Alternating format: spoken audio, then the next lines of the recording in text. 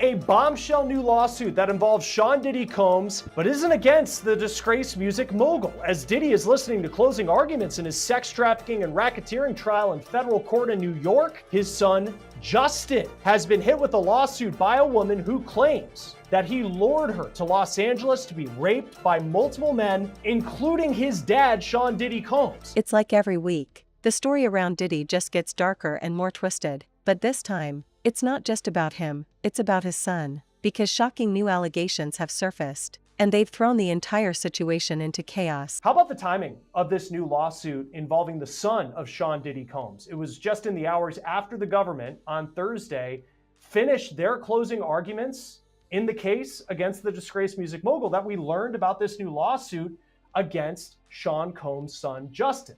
Justin is one of Diddy's 7 kids. Here he is with his dad's arm around his shoulder. Justin has been in court supporting his dad, just as his siblings have been over the past 7 weeks of testimony. Now, listen, whatever your feelings are on Sean Combs and whether you think he's guilty of the charges that could put him in federal prison for the rest of his life, you just have to think how difficult it must be to hear about all the sexual exploits of their father. But if you believe the allegations I'm about to tell you in this new lawsuit brought against Justin Combs, Justin apparently was very aware of his dad's lifestyle.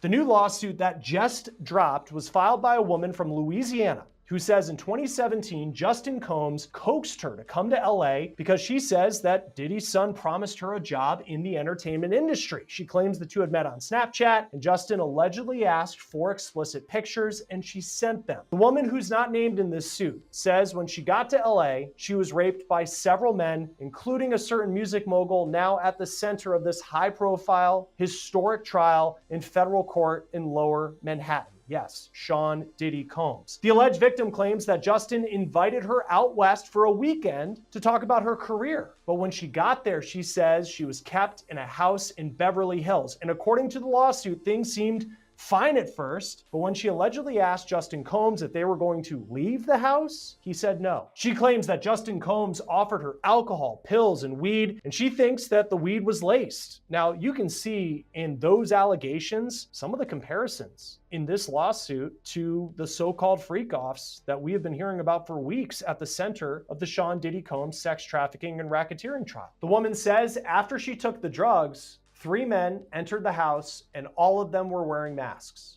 Now, it's unclear what kind of masks the men were wearing, but when I read that part, I thought about the testimony of Sheree Hayes in the Sean Diddy Combs trial, the escort known as the Punisher. He testified that during a freak-off, Sean Combs allegedly wore a face covering that he likened to a Muslim hijab. In the lawsuit against Justin Combs, the alleged victim says that she knew that one of the men was Diddy just because of his mannerisms, but how about this? She also knew it was Diddy because she says that Justin, as his dad entered the home to allegedly rape a woman that he brought to LA, called Diddy, quote, Pops. Now, we see on Justin's social media that Pops is the phrase that he often uses for his dad. In this lawsuit, the alleged victim claims that she was led to a bedroom where she was allegedly told, quote, you better let this happen or else. Then she says that each man took a turn raping her, calling it a, quote, brutal gang rape. After that, she was taken to an airport on Monday and flown home. Not only is Diddy facing the possibility of spending the rest of his life in prison if convicted of all the charges in his sex trafficking and racketeering trial, there have been nearly 80 lawsuits filed against him in civil court. Many are still active. Several of the lawsuits accuse Diddy of sexual abuse and are filed by people who are not giving their names, just like in this lawsuit that we're talking about. This also isn't the first lawsuit that Justin Combs has recently faced.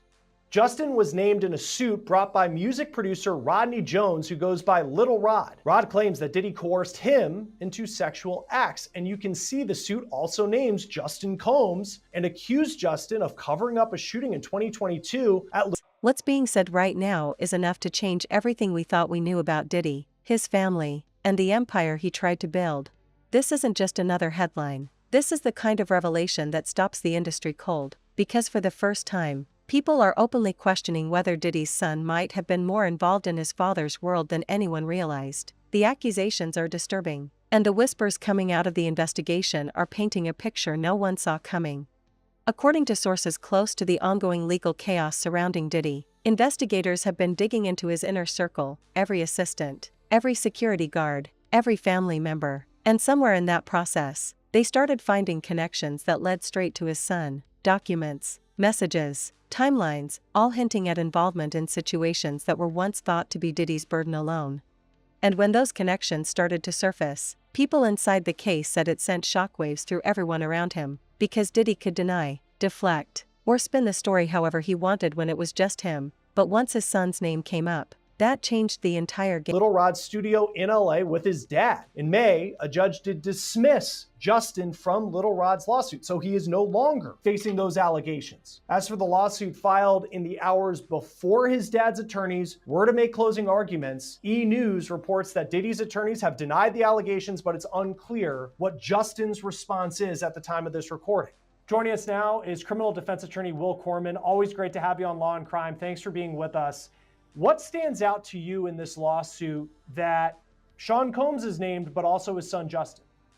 Well, it's interesting. I think the connection to Sean Combs is pretty tenuous. You know, we've gone through this all. It almost seems the one connection to Sean Combs that they actually put on him is the allegation that Justin called one of the masked men Pops during the course of the assault or just before the assault. That's it. The other connection, obviously, is that Sean Combs is Justin Combs' dad. So I think it's a bit of a stretch. Again, we're just receiving these documents now. We're just going through this lawsuit now. Perhaps there's more out there, but it really doesn't seem that way. And of course, people who are victims of sexual violence, you want them to get their justice. We have seen dozens of lawsuits filed against Justin's dad in the wake of when he was indicted for the trial that he's on right now. How do you go through these lawsuits and understand who's telling the truth and who actually has a case that could be heard in court? Someone like Cassie Ventura, when you see that video from 2016, or you do look at some of these Jane Doe lawsuits and you wonder how many of them are true. Look, as a criminal defense attorney, it's my job to be cynical, and it's my job to, review everything with a pretty jaundiced eye. So the question really becomes are there corroborating facts and circumstances from Jump Street that make sense? So for example, if this lawsuit is alleging that something happened in LA during a specific period of time, do we know that Sean Combs was there? Do we actually know that he was present in LA? These things aren't difficult to find out, but it's those baby steps to trying to build the foundation of a lawsuit to see what's realistic that really matter in a case like this. And as you so correctly said, we want victims of domestic violence, of sexual violence, and so on and so forth to actually be compensated accordingly. Unfortunately, when we have circumstances where we have somebody famous who's been charged with crimes, we have somebody famous who's been sued, there can be instances where other folks jump on the bandwagon. And I'm not suggesting that's what's happening here, but it is something that everyone needs to look at skeptically. Right, absolutely. If you were to bring a lawsuit against someone like Justin Combs, or any of these, and even the cases involving his dad, and you're bringing a civil suit, what facts do you need to have? I mean, certainly if you have a victim who says that this happened and they're ready to, they're able to provide some corroborating evidence that something happened, what do you actually need to be able to go to the courthouse and say, I'm filing a lawsuit against this person? I think that you need to have somebody who's willing to state under oath that this is what happened to me, that this is what I'm alleging, these are my damages, this is how it's impacted me. And as an attorney, again, I would want to make sure, especially in a lawsuit like this, where it involves a high-profile person, but quite frankly, in any lawsuit, that there is some corroborating information out there so that my lawsuit isn't tossed out of court pretty quickly. And reading through this complaint, it mentions several other lawsuits. You have the lawsuit from Rodney Jones, who's known as Little Rod, and Sean Combs is facing that lawsuit, and his son was named in it, but has since been dropped.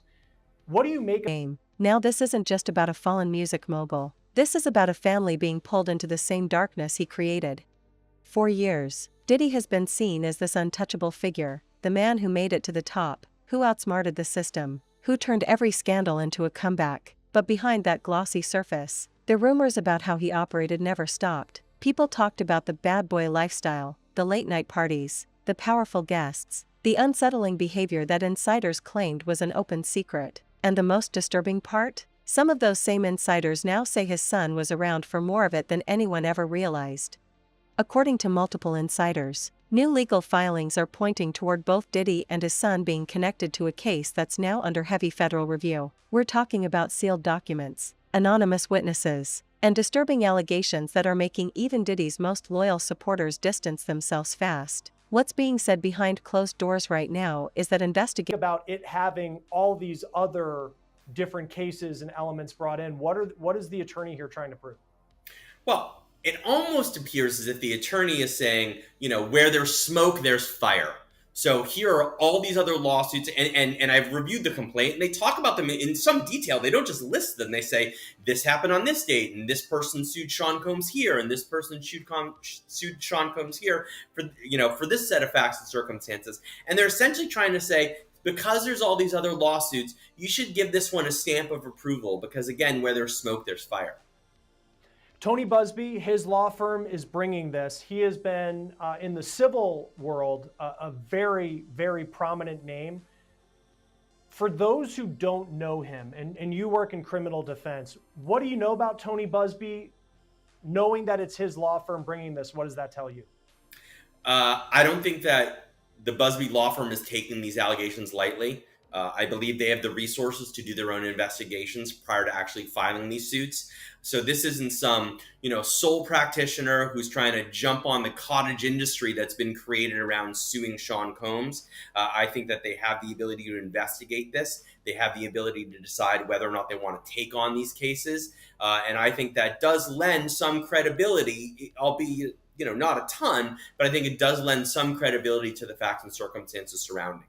In other words, this alleged victim didn't just walk in off the street to some random law firm who then is saying, oh, we now have the ability to sue Sean Combs. This is someone who's been down this well-trod path before and probably knows exactly what the pitfalls are in suing somebody as prominent as Sean Combs.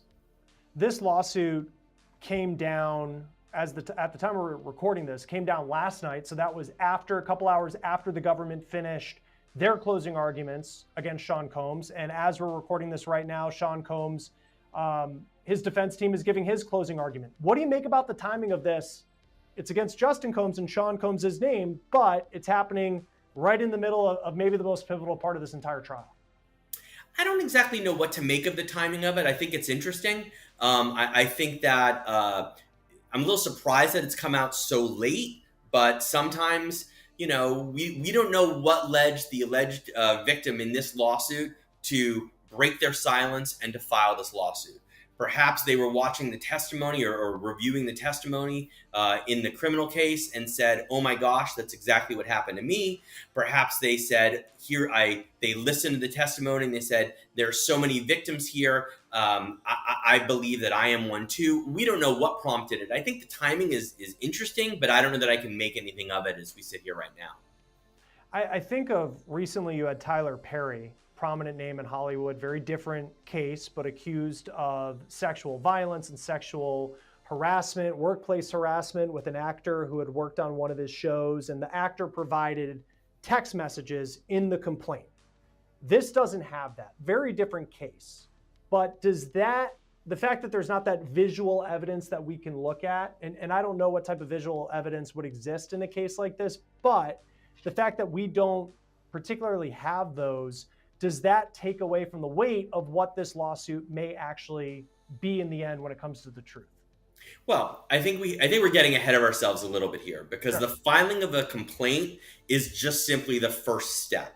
And all the complaint needs to do, on paper anyway. Investigators have uncovered evidence suggesting Diddy's son might not just be an innocent bystander in all of this. The whispers say he might have known things, maybe even participated in things, that no one was supposed to ever talk about. Reports are starting to emerge that suggest Diddy's son might have been present at several events that are now under scrutiny. Some claim he wasn't just there, he played a role, even if it was indirectly, maybe helping organize, maybe just being part of the atmosphere his father built. But the line between being a bystander and being involved is starting to blur, and investigators are asking questions that nobody wants to answer. One source described it bluntly: the walls are closing in, and this time, It's not just on Diddy. It's hard to even process how fast this is unraveling. Just a few months ago, the narrative was simple. Diddy's career was collapsing under his own weight. The lawsuits, the allegations, the raids, the leaked footage, it was all focused squarely on him. But now, the focus has expanded. The feds and the media aren't just asking what Diddy did. They're civil lawsuit, rather. Do you think that the feds would reach out to her and ask her about her experience, perhaps? I do, and this is why. Apparently, and obviously I haven't heard them, she has recordings of this incident, audio recordings, and we know how powerful video evidence is. We've talked about it with Cassie Ventura and how that really maybe even shift the direction of this case entirely, because of course Combs denied everything until CNN got a hold of that video in May. And we're talking about a lawsuit that was filed in April, I believe. And again, I don't know if it's true, but the allegations are that much of this was recorded and there's audio recordings. And if so, and she's saying no, and Christian is moving forward anyway, then you have attempted sexual assault. Talking about audio and video recordings, that's what's huge in this case. I mean, we heard a lot about it from Cassie and her lawsuit, then of course Lil Rod, and now confirmed in the federal indictment that the feds are saying, yep, we've got some, and that's what led to this indictment and his charges. But what's interesting is that in Lil Rod's lawsuit, he actually has photos, like screenshots of a recording of Justin Combs, and he says it's allegedly with a sex worker. Do you think that part is incriminating too, that the feds may be looking at that recording?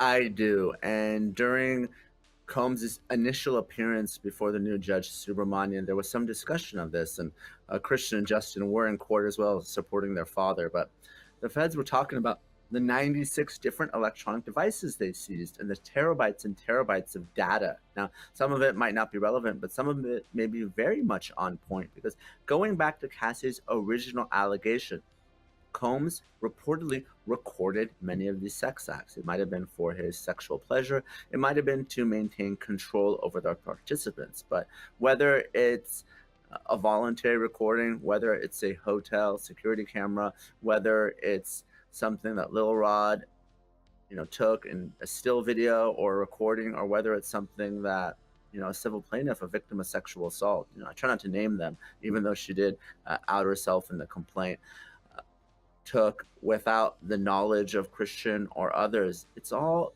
very, very powerful, because oftentimes when you're dealing with sexual assault and sexual abuse, these are things that happen behind closed doors, right? Could be at a home, could be at a hotel. In this case, could be on a yacht. And usually there aren't a whole lot of witnesses to it. So you will have a he said, she said type situation in many, many cases. Well, a recording can really change that narrative, because again, it can really corroborate the story of one side or the other. In regards to Justin specifically and these alleged recordings, audio, all of that, so that's in relation to Lil Rod's lawsuit. He's actually a co-defendant listed quite a few times throughout this. And in addition to him sitting next to this alleged prostitute, we have that photo. There's also allegations that he actually partook in these freak-offs and potentially drugged women. This is something Lil Rod is saying. How would the feds go about proving something like that? I know that's the pattern we've seen across a lot of these civil suits, that women allege Diddy, for instance, drugged them. But now Lil Rod's also pointing the finger at Justin Combs, saying he drugged some of these women. How would the feds then go to look further into that? Yeah, Lil Rod's lawsuit is interesting in that there are many defendants. We talked about Christina Horam, right? Some of the allegations that came out in Lil Rod's lawsuit was Christina, of course, being Combs' right-hand woman. She allegedly had the fanny pack with the drugs that were provided to the sex workers. There are the allegations directly against Justin as well. So whenever you're proving something like this, obviously, you're going to rely on the testimony of witnesses. It could be an independent witness, because the sex workers, even though they're participants in a sex act, they won't necessarily be charged, or asking who helped him, who knew, who stayed silent. And if that includes his own son, then this story becomes something far darker than a scandal. It becomes a generational curse. People close to the family are saying that Diddy's son has been struggling under the pressure, the public backlash, the rumors, the constant fear of being dragged into the investigation. Some say he's been staying out of the spotlight, avoiding appearances, keeping his head down. Others say he's been lashing out privately, furious that his father's actions are now threatening to destroy his own career and reputation. But there's another theory, one that's even more unsettling. Some insiders believe Diddy's son might be preparing to turn on him, to protect himself, to cut ties before it's too late. Because when investigators start tightening the net, loyalty becomes a luxury. And if you're faced with the choice between saving your father or saving yourself, that's when things get real. And Diddy knows that better than anyone. People who've been around Diddy say that control. I think they're going to be defendants in the lawsuit if the allegation is that they were forced to perform these sex acts and it wasn't just a commercial transaction. So you can rely on that testimony. Obviously, Lil Rod himself, but he's a plaintiff, so his testimony may be biased, may be true, but it's certainly something that you would want more of if you are a prosecutor.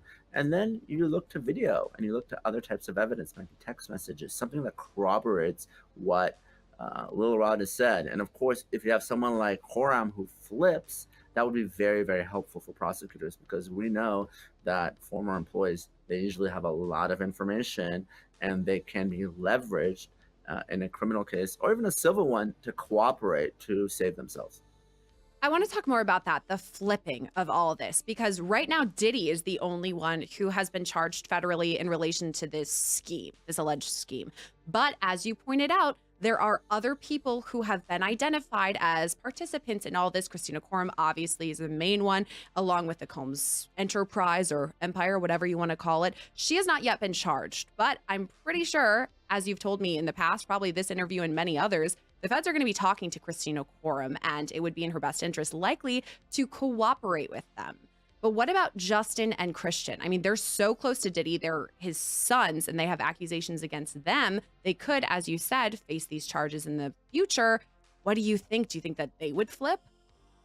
I think it's a lot less likely that Justin and Christian would flip. I've seen children testify against their parents. We've seen it on Law and Crime many times, and obviously it makes for great drama and courtroom theatrics. But I think in a case like this, it's going to be less likely. They really owe everything to their father, right? He's obviously someone with significant financial means. He's someone that's going to pay for their lawyers and protect them.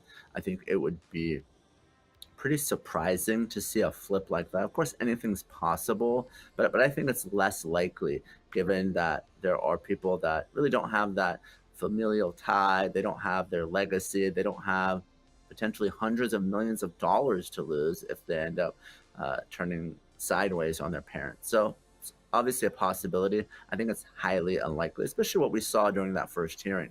The children all being in court, directly supporting Combs, him waving and blowing kisses to them. I think a flip is unlikely with respect to Justin and Christian.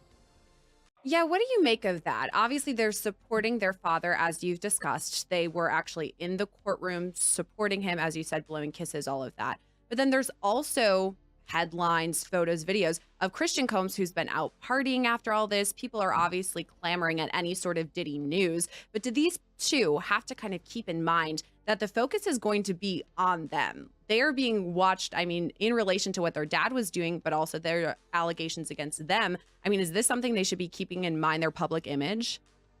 I do, Sierra, and it's not just about the courtroom. We've talked about the court of public opinion in a case like this, and the jurors are ordinary people, and everyone knows who Sean Diddy Combs is. And if there's this sort of very high-profile criminal trial happening in May or sometime in 2025, and the perception is that the family doesn't take this seriously, they're partying, they're drinking, it really plays into some of the allegations that this was just a party lifestyle, and these individuals thought that has always been his weapon. He doesn't just manage his image, he manages everyone around him. Friends, employees, even family. He built an empire on fear, manipulation, and influence. But once that grip starts to slip, once people start seeing a way out, that's when everything he built starts to fall apart. And right now, that's exactly what's happening. His world is crumbling, one piece at a time. Some reports even suggest that investigators are looking into communications between Diddy and his son, private calls, texts, and emails that could reveal how deep his son's involvement really goes. If those messages show any level of coordination or awareness of the situations being investigated, then this could escalate fast. And if that happens, the story stops being about Diddy the mogul and becomes about Diddy the father, a man whose own son is now trapped in the web of his downfall. But the disturbing thing is how predictable this all feels, because Diddy didn't build an empire on stability, he built it on you have conflicts, things like that. So they may be added as unindicted conspirators, but not defendants in the caption. So if I were the prosecutors in the next few months, and this May 2025 date is ridiculous, it's going to be pushed back. They are probably going to continue to do grand jury work on potential additional victims, additional conspirators, and they may be named in the indictment, but not put in the caption as a defendant. So that's what I predict. You're going to see at least 1, 2, or 3 superseding, amending indictments in the next few months, in my view. Do you think it's in the best interest of these celebrities who they themselves know they were involved? They may have even spoken with an attorney in regards to these civil suits that have yet to be filed. So these people who know that they were part of it, do you think it's in their best interest to reach out to federal prosecutors and say, hey, I'll tell you everything I know right now and work alongside you? That's an outstanding question. The only way that's going to happen is if the person in consultation with their attorney have concluded that they were part of a conspiracy and they in fact did things that violated the federal laws. In that case, they may want to reach out to stop the bleeding or delay the inevitable, because they're eventually going to get a call from the federal prosecutors. But it depends on how much information their attorneys think inculpates them and puts them in harm's way. But if they don't have any strong legal exposure, if I were their attorney, I'd say lay low, don't reach out, let them come to you. But if there is strong evidence, I would call the prosecutors, because it's going to come that they will be added at least as an unindicted conspirator. And you mentioned your prediction about no defendants being added to this, only P. Diddy, because that makes sense. The feds want to go after him. He's the kingpin in all of this. So potentially not another defendant in these celebrity names that we do not yet know. But do you think it's possible that down the line, this Diddy case is completely over, a verdict has been ruled, all of that, that then the feds could go back again to these people who weren't initially charged and then pursue legal action then? I do, but I think the more practical thing is they're going to build their case and focus on Diddy. But at the same time, if they have people that should be charged, they're not going to add them as a defendant in this Diddy case, but they may work out charges in a parallel project to get them to cooperate and to be witnesses. And if they testified at the Diddy trial, they would be offered as an unindicted conspirator of Diddy. That may be the way to do it. Going after them after Diddy is concluded, there's less incentive, and here's why. The prosecutors have their trophy, they have Diddy, they can put it on the wall. End it. Close it down and just move on to another case. Now, we don't know the specifics yet. I know we're all dying to hear the names and how these people were involved and to what degree. But just a basic question about all of this. If they were there, they witnessed a crime, they can see that something is going wrong, a person's being drugged, or there's a minor, there's a rape, whatever it is. Are these people compelled to report that? No. There's a concept called misprision of felony. And if I witness you, Sierra, robbing a bank, and I'm on chaos, he surrounded himself with loyalty that was bought, not earned. He blurred the line between business and family, between mentorship and control. So it's no surprise that now, as the truth starts spilling out, even his own blood can't escape the damage. Behind closed doors, the tension is reportedly unbearable. Some sources say Diddy's been panicking, trying to get ahead of the story, making calls, pulling strings, even threatening people who might talk. Others say he's broken, realizing that his power means nothing if he can't protect his family from the fallout. And that's the part that hits hardest, because for all the flash, for all the money and fame, Diddy's empire was built on image, and now, that image is shattered. The world is seeing the real man, and it's not the one he's been selling for the last 3 decades. What's worse is that these new allegations don't just affect him legally, they destroy the last piece of humanity he had left in the public eye, the idea that his son, his own flesh and blood, across the street, and I saw you come out of the bank with a gun and the money. I don't have a duty to report that to police. However, if I attempt to conceal what I just observed, that could be considered misprision of felony. But if they just observed a crime and did nothing else, there's no duty for them to report other than their conscience and their moral compass.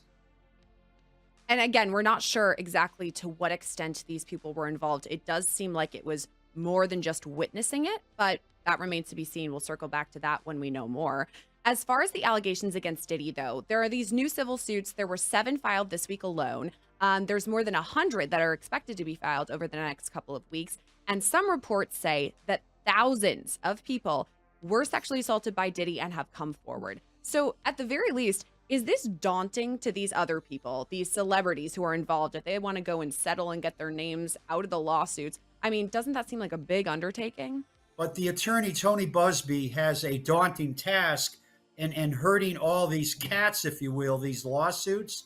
So I would not, if I were him, I would not go above 120, 130 lawsuits, because at the end of the day, you're facing the law of diminishing returns. The other people that may be victims, they can be used in those cases as leverage. But for Mr. Diddy, or for Diddy, I got to say his legal fees are going to be through the roof, and he's probably going to have 1, 2, maybe 3 law firms representing him if he can get that to work out. Because these lawsuits, these other lawsuits besides the indictment, it's going to be like handcuffs on him when it comes to his criminal trial, a total distraction. And here's the worst thing about these civil lawsuits: discovery, depositions, interrogatories, all this information that these lawsuits are going to gather. There's nothing to prevent the attorney for the lawsuits to turn that over to the prosecutors. That would be a benefit to the Southern District of New York on a grand scale. Also, talking about the allegations that people are pointing out, we can kind of infer that Diddy's team is going to say, hey, this was consensual. It may be weird or unconventional, but it was consensual sex. We can just assume that they're going to be doing that. But what if these victim survivors were minors? I mean, that completely changes things, both in terms of Diddy and these celebrities who may have been involved in all of that. Does that make things more severe? Absolutely. Because if your victims, if you will, are 18 or over and they're not under statutory age, Mr. Combs, also known as Diddy, can make the argument, you know what? I was a weird guy. I had perversions, and you may not like it, but this was all consensual. It's on video. I embrace it, but it was consensual. I never forced people to do this. They were all in. But if you have, Sierra, victims who are underage, 12, 13, 14, there's no defense. And you can't argue consent. That's why they have laws that set a minimum for consent. That's what's shocking to me about all of this. If we're talking about the federal indictment against Diddy, is that he's not charged with anything about sexual assault of a minor. I mean, he faces 3 severe charges. Blood might have been caught up in the same darkness as something even his fans can't defend. Right now, lawyers are scrambling. PR teams are trying to spin the story, saying there's no evidence, that the rumors are exaggerated, that his son is being unfairly dragged into something he had nothing to do with. But deep down, everyone can feel it. This isn't going away, because the truth always finds its way to the surface. And in Diddy's case, the truth seems to get uglier every single day. Industry insiders are calling this the breaking point, the moment where the Diddy legacy officially collapses, not just because of the allegations, but because of what they represent. The empire wasn't just corrupt, it was poisoned from within. And now, even the next generation can't escape the fallout. So where does this end? Nobody knows. Maybe Diddy will try to shield his son, take the blame, spin it as lies. Maybe his son will distance himself completely, start cooperating quietly to protect his own name. But one thing's for sure, the image of the powerful, untouchable family is over. The illusion is gone. The empire that once looked unstoppable is now burning from the inside. And as these disturbing allegations keep surfacing, one thing is clear: this story isn't just about fame or downfall anymore. It's about a father and son caught in the consequences of a life built on secrets, control, and silence. And in the end, when the truth finally comes out, it might not just destroy Diddy's career, it might destroy the family name entirely.